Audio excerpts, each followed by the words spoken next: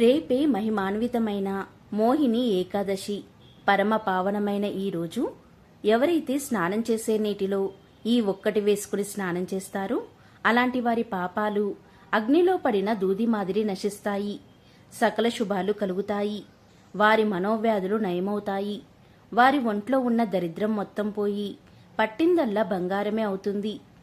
చక్కని ఆరోగ్యం కలుగుతుంది. మరి ఎంతో పవిత్రమైన మోహిని ఏకాదశి రోజు స్నానం చేసే నీటిలో ఏం వేసుకొని చేస్తే అష్టదరిద్రాలు పోయి అష్టైశ్వర్యాలు కలుగుతాయో ఇప్పుడు ఈ వీడియోలో మనం తెలుసుకుందాం. వీడియోని ఎక్కడ స్కిప్ చేయకుండా పూర్తిగా చూడండి. అప్పుడే మీకు చక్కగా అర్థమవుతుంది. ఈరోజు ఉదయం బ్రాహ్మీ ముహూర్తం నుండి సూర్యోదయమైన 6 గడియల వరకు, అంటే ఉదయం 4 గంటల నుండి సూర్యోదయమైన 6 గడియల వరకు, అంటే సూర్యోదయం నుండి 2 గంటల 24 నిమిషాల వరకు నదులలో, సెలయేటిలో, చెరువులో లేదా బావిలో లేదా ఇంట్లో స్నానం చేయాలి. ఎందుకంటే ఈ సమయంలో సర్వలోకములలో ఉన్న తీర్థదేవతలు భూమి మీద ఉన్న జలంలో ఉంటారు. ఈ సమయంలో గుప్పెడు వేపాకులు మరియు 4 రావి ఆకులను స్నానం చేసే నీటిలో వేసుకుని స్నానం చేస్తే అలాంటి వారు యముని నుండి తప్పించుకుంటారు. ఇలా ఈరోజు స్నానం చేస్తే సర్వతీర్థ దేవతల శక్తి వల్ల ఆ మానవుడు చేసిన సర్వపాపములు హరించుకుపోతాయి. ఈ సమయంలో స్నానం ఆచరించని మానవులకు సకల తీర్థ దేవతలు శాపం పెట్టి వెళ్లిపోతారు. సూర్యోదయం తర్వాత 6 గడియల తర్వాత తీర్థదేవతలు తమ తమ స్థానాలకు పోతారు. ఇలా ఈ వైశాఖ మాసంలో మళ్లీ మరుసటి రోజు ఇలా జలంలో తీర్థదేవతలు ప్రవేశించి సూర్యోదయం తర్వాత 6 గడియల వరకు ఉండి స్నానమాచరించిన మానవుల యొక్క సర్వపాపములను పోగొడతారు. కాబట్టి ఇంట్లో స్నానం చేసేవారు ఈ సమయంలో స్నానం చేసే నీటిలో గుప్పెడు వేపాకులు 4 రావి ఆకులు వేసుకుని స్నానం చేస్తే వారి ఒంట్లోని పాపాలు మొత్తం పోవడమే కాక వారి ఒంట్లోని వ్యాధులన్నీ నశిస్తాయి. వారి ఒంట్లోని దరిద్రం మొత్తం పోతుంది. పట్టిందల్లా బంగారమే అవుతుంది. ఇక ఈ ఏకాదశికి సంబంధించిన పురాణ వివరణ కూర్మ పురాణంలో ఉంది. దాని గురించి ఇప్పుడు తెలుసుకుందాం. పాండురాజు పెద్ద కుమారుడైన ధర్మరాజు శ్రీకృష్ణుడితో ఇలా పలుకుతాడు. జనార్దన, కృష్ణ, వైశాఖ మాసంలో శుక్లపక్షంలో వచ్చే ఏకాదశి పేరేమిటి? ఆ ఏకాదశి ఫలితమేమిటి? ఆ వ్రతాన్ని ఆచరించే విధానమేమిటి? ఆ ఏకాదశి యొక్క గొప్పతనమేమిటి? ఆ ఏకాదశికి సంబంధించిన కథ ఏమిటి? సవివరంగా వివరించు అని వేడుకున్నాడు. దానికి శ్రీకృష్ణుడు ఇలా పలుకుతాడు. ఓ ధర్మనందన, శ్రద్ధగా విను. పూర్వం శ్రీరామచంద్రుడు నీవు అడిగినట్లుగాని వశిష్ఠ మహర్షిని అడిగాడు. అప్పుడు వశిష్ఠుడు శ్రీరామచంద్రుడికి ఒక మంచి కథను ఇలా వివరించాడు. ఆ కథను నేను నీకు వివరంగా చెప్తాను, శ్రద్ధగా విను అంటూ ఇలా చెప్పడం ప్రారంభించాడు. శ్రీరామచంద్రుడు వశిష్ఠ మహామునితో ఇలా పలికాడు. మునిశ్రేష్ఠ, సమస్త పాపాలను నశింపచేసేది, సమస్త దుఃఖాలను పోగొట్టేది, వ్రతాలన్నింటిలోకి ఉత్తమమైన వ్రతం గురించి మీ ద్వారా వినాలి అనుకుంటున్నాను.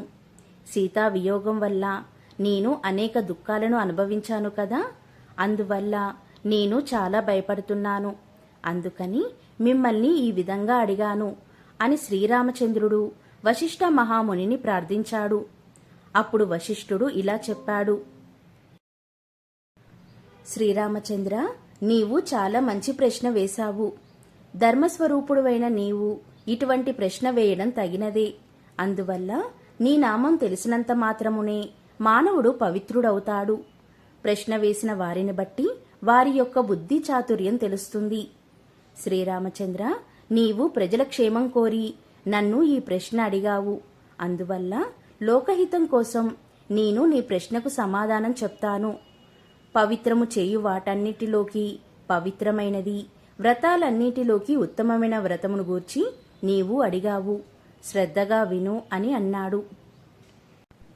శ్రీరామ, వైశాఖ మాసంలోని శుక్లపక్షంలో వచ్చే ఏకాదశిని మోహిని ఏకాదశి అని పిలుస్తారు. ఈ ఏకాదశి సమస్త పాపాలను హరిస్తుంది. అన్నిటికంటే శ్రేష్టమైనది. ఈ ఏకాదశి వ్రతాన్ని ఆచరించిన మానవుడు ముక్తిని పొందుతాడు. అందువల్ల నీ వంటి వారిచే ఈ వ్రతం తప్పక ఆచరించబడాలి.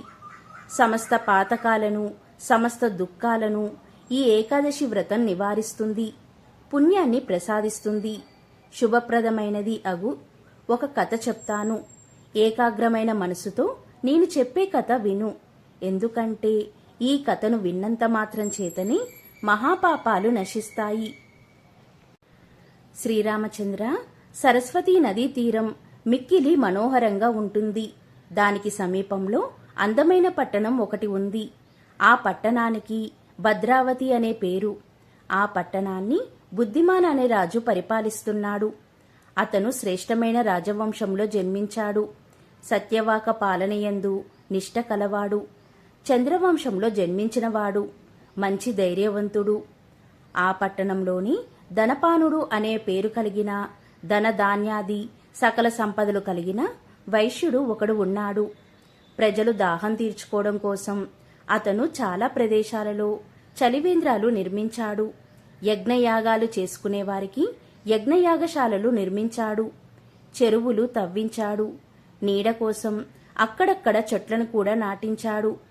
ఆ విధంగా ఆ వైశ్యుడు అనేక దానధర్మాలు చేస్తూ ఉండేవాడు. బాటసారులకు సత్రాలు కూడా కట్టించాడు. బాటసారులకు బసలు ఏర్పాట్లు చేసేవాడు. ఇంకా ఆ వైశ్యుడికి విష్ణుమూర్తి పట్ల అపారమైనటువంటి భక్తి కూడా ఉండేది. అతను పరమశాంత స్వభావం కలవాడు.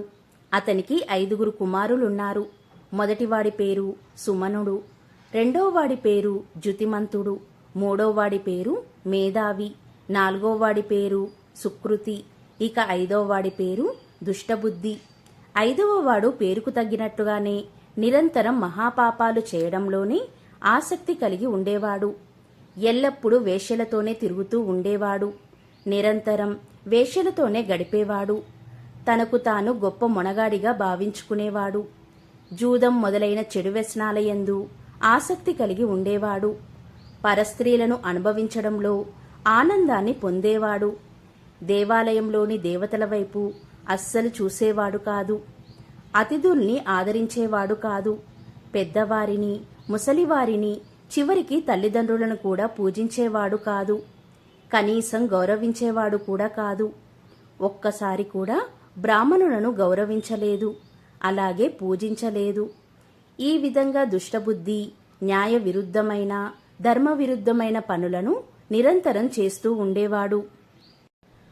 అతని దుర్మార్గమైన ప్రవృత్తి వల్ల తాత తండ్రులు సంపాదించిన ధనాన్ని విచ్చలవిడిగా ఖర్చు చేసేవాడు. తినకూడని వస్తువులు తినేవాడు. ఎల్లప్పుడూ కళ్ళు తాగుతూ కైపులోనే ఉండేవాడు. మహాపాపాత్ముడయ్యాడు. 4 రోడ్లు కలిసే చోట్ల నలుగురు తిరుగుతూ ఉండగా, అందరూ చూస్తూ ఉండగా వేశ్యలపై చేతులు వేసి తిరుగుతూ ఉండేవాడు. తాను చేసే ఘనకార్యాలను అందరూ చూస్తున్నారా లేదా అని, తన గూర్చి ఎవరెవరు ఏ విధంగా అనుకుంటున్నారు అని 4 దిక్కులకు తన చూపును ప్రసరించేవాడు.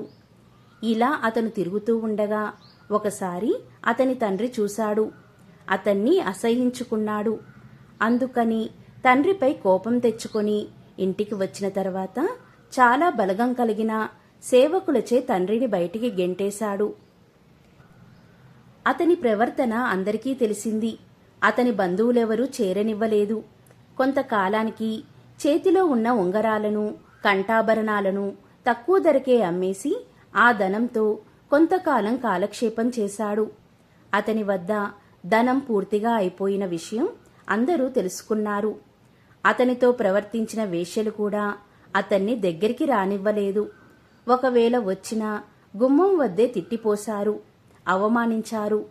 ధనహీనులైన వారితో వేశ్యలకు పని ఉండదు కదా. దుష్టబుద్ధికి ధరించడానికి పరిశుభ్రమైన వస్త్రాలు కూడా లేకుండా పోయాయి. అందువల్ల అలా పూర్తిగా మాసిపోయిన, చినిగిపోయిన బట్టలే కట్టుకుని తిరుగుతూ ఉండేవాడు. తినడానికి సరైన తిండి కూడా దొరికేది కాదు. దానితో ఆకలి బాధతో ఏడ్చేవాడు. ఎంతో బాధపడుతూ, అయ్యో, ఇప్పుడు నేనేం చెయ్యాలి, ఎక్కడికి వెళ్ళాలి, ఇక మీదట నా జీవితం ఎలా గడుస్తుంది అని ఆలోచించసాగాడు. అతనికి ఏ పని చేతకాదు. చివరకు దొంగతనం చేయడం ప్రారంభించాడు. దొంగతనం చేయడం మొదటిసారి అవడం వల్ల మొదటి రోజున రాజభటులకు దొరికిపోయాడు. భటులు అతన్ని పట్టుకున్నారు. కాని అతని తండ్రి ధార్మికుడు, గౌరవనీయుడు అవడం వల్ల అతని ముఖం చూసి కొద్ది శిక్ష మాత్రమే వేసి మొదటి తప్పుగా గుర్తించి క్షమించి వదిలిపెట్టారు. దుష్టబుద్ధికి ఏ పని చేతకాకపోవడం వలన చేసేది లేక మళ్లీ రెండవసారి కూడా దొంగతనం చేశాడు. వెంటనే దొరికిపోయాడు. భటులు ఈసారి పూర్వం కంటే కొంచెం కఠినంగా శిక్షించారు. తరువాత విడిచిపెడుతూ గట్టిగా మందలించి హెచ్చరించారు. ఇకపై దొంగతనం చేయనని మాట ఇచ్చాడు దుష్టబుద్ధి. అయినప్పటికీ కొన్ని రోజులు గడిచిన తర్వాత జీవితం సాగే మార్గం లభించనందువల్ల మరలా దొంగతనం చేస్తూ భటులకు దొరికిపోయాడు. ఎన్నిసార్లు మందలించినా హెచ్చరించినా అతను తన బుద్ధిని మార్చుకోలేకపోయాడు. తాను చేసే దురాచారాలను విడిచిపెట్టలేకపోయాడు. చివరికి భటులు కూడా విసిగిపోయారు. అతనికి బేడీలు వేసి బంధించారు. కారాగారంలో బంధించి ఉంచారు. కొరడాలతో కొట్టారు. అనేక విధాలైన జైలు శిక్షలను అనుభవింపచేసేలా చేశారు. చిట్ట చివరకు రాజు వద్దకు తీసుకెళ్లారు. రాజు అతను చేసిన నేరాలన్నింటినీ విచారణ చేశాడు. అప్పుడు రాజు దుష్టబుద్ధితో ఇలా పలికాడు: బుద్ధిహీనుడా, నీ వంటి వాడిని రాజ్యంలో ఉండనివ్వకూడదు. కనుక నీవు రాజ్యాన్ని వదిలిపెట్టి వెంటనే వెళ్లిపోమని ఆదేశించాడు. బేడీలను ఊడదీయించాడు. జైలు నుండి తరిమి కొట్టించాడు. అప్పుడు దుష్టబుద్ధి మిక్కిలి భయపడుతూ బాధపడుతూ రాజ్యాన్ని వదిలిపెట్టాడు. భయంకరమైన అరణ్యానికి చేరుకున్నాడు. ఆకలి దప్పికలకు మిక్కిలి బాధపడుతూ నీటి కోసం, ఆహారం కోసం అరణ్యంలో అటూ ఇటూ పరిగెత్తాడు.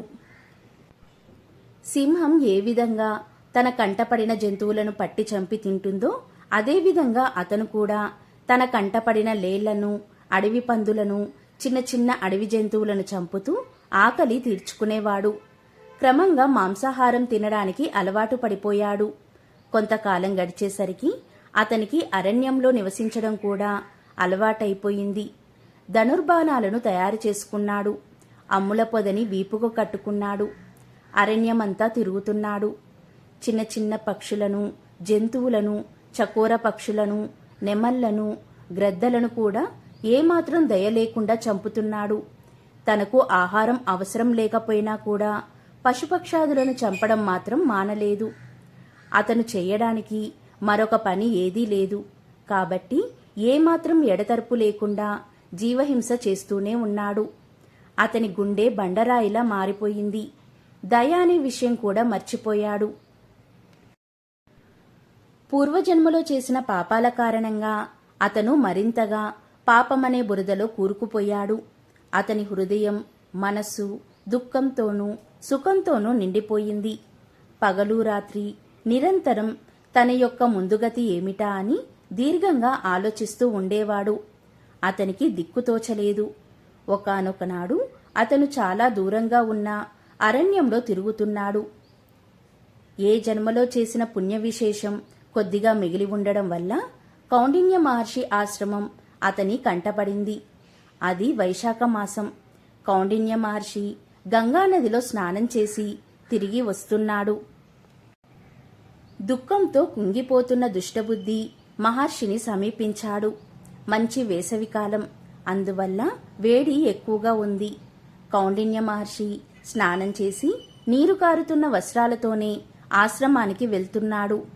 ఆయన్ని వెంబడించి వెళ్తున్నాడు దుష్టబుద్ధి. మహర్షి ధరించిన వస్త్రాల నుండి జారుతున్న నీటి బిందువులు గాలికి ఎగిరి వెనక నడుస్తున్న దుష్టబుద్ధి మీద పడుతున్నాయి. ఒక్కొక్క బొట్టు పడుతున్నప్పుడు అతని పాపరాశి కొద్ది కొద్దిగా తరిగిపోతుంది. అతని దురదృష్టం కూడా కొంత తగ్గింది. దానితో అతనికి అవకాశం లభించింది. దాంతో అతను మహర్షికి ఎదురుగా నిలబడ్డాడు. మహర్షికి నమస్కారం చేశాడు. అప్పుడు ఇలా పలికాడు దుష్టబుద్ధి: ఓ బ్రాహ్మణోత్తమ, నేను పుట్టిన దగ్గర నుండి పాపాలని చేస్తున్నాను. పరమ పాపాత్ముణ్ణి నేను. ప్రస్తుతం నా వద్ద ధనమేదీ లేదు.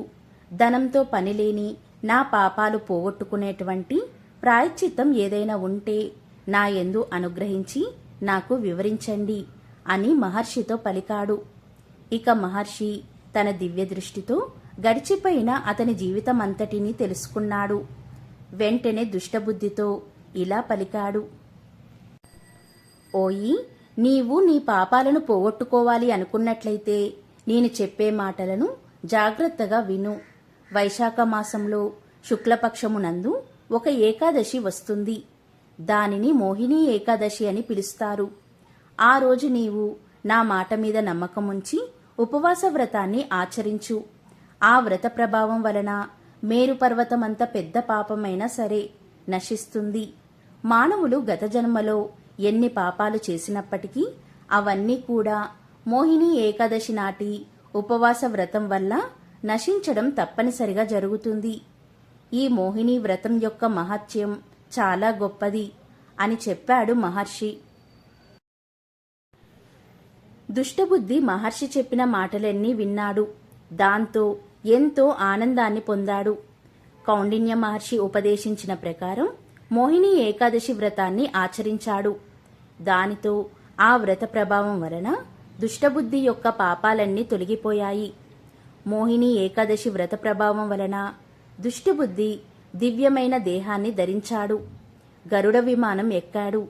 ఏ బాధలు లేనటువంటి వైకుంఠాన్ని చేరుకున్నాడు. కాబట్టి శ్రీరామచంద్ర, మోహిని ఏకాదశి మహిమ తెలిసింది కదా. అజ్ఞానమనే మోహాన్ని నశింపచేస్తుంది ఈ మోహిని ఏకాదశి వ్రతం. ఈ 3 లోకాలయందు ఈ వ్రతాన్ని మించిన మరొక వ్రతం లేదు అని శ్రీరామచంద్రుడికి వశిష్ఠ మహాముని చెప్పాడని ధర్మరాజుకి శ్రీకృష్ణుడు తెలియజేశాడు. కాబట్టి ధర్మరాజా, యజ్ఞాలు, యాగాలు, దానాలు మొదలైనవి ఎన్ని చేసినప్పటికీ కూడా అవన్నీ ఈ ఏకాదశి వ్రత ఫలంలో 16వ వంతు కూడా సాటిరావు. ఈ మాటల్లో ఎటువంటి ఆశ్చర్యం లేదు. ఈ మోహిని ఏకాదశి మహత్యాన్ని చదివినా విన్నా 1000 గోవులు దానం చేసినంతటి మహాపుణ్యం లభిస్తుంది. సకల పాపాలను హరిస్తుంది, సకల శుభాలను కలిగిస్తుందని ఈ మోహిని ఏకాదశి వ్రతం యొక్క గొప్పతనాన్ని ధర్మరాజుకి శ్రీకృష్ణుడు తెలియజేశాడు.